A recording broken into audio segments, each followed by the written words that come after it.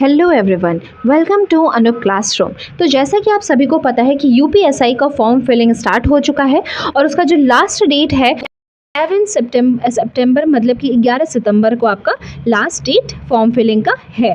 अच्छा, form filling से जुड़े हुए बहुत सारे लोगों की क्वेरी है, बहुत सारे लोगों की डाउट है कि कुछ चीज़ें हैं जो उनको प्रॉब्लम हो रही है फॉर्म फिलिंग में। तो देखिए, ऐसे ही एक बहुत लोगों का क्वेश्चन रहता है कि अंक तालिका है लेकिन डिग्री नहीं है।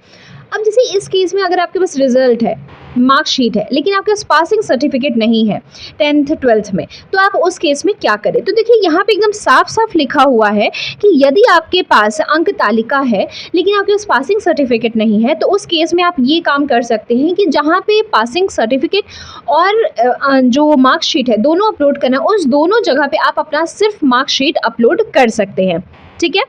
उसके अलावा ये भी बहुत लोगों का क्वेश्चन रहा है कि अगर उनके पास ग्रेजुएशन से रिलेटेड सर्टिफिकेट नहीं है, पासिंग सर्टिफिकेट, तो उस केस में वो क्या करें?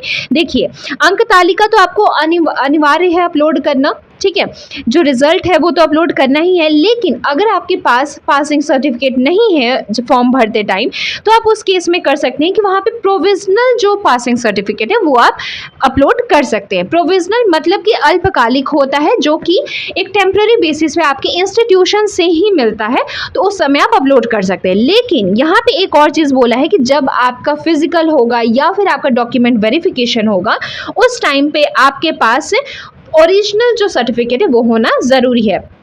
इसके अलावा एक और मैं आपको बता दूं कि अगर जो महिलाएं अभ्यर्थी हैं, अगर आरक्षण के लिए उनको, अगर जैसे जो जाति प्रमाण पत्र है वो उनका कहाँ का होना चाहिए, तो उनके पिता पक्ष से रिलेटेड होना चाहिए। ठीक है, तभी वो उनका मान्य होगा और उनको लाभ वो पा सकेंगी। ठीक है, इसी तरह से और भी अगर आपके डाउट है तो आप कमेंट्स में ज़रूर पूछ सकते हैं।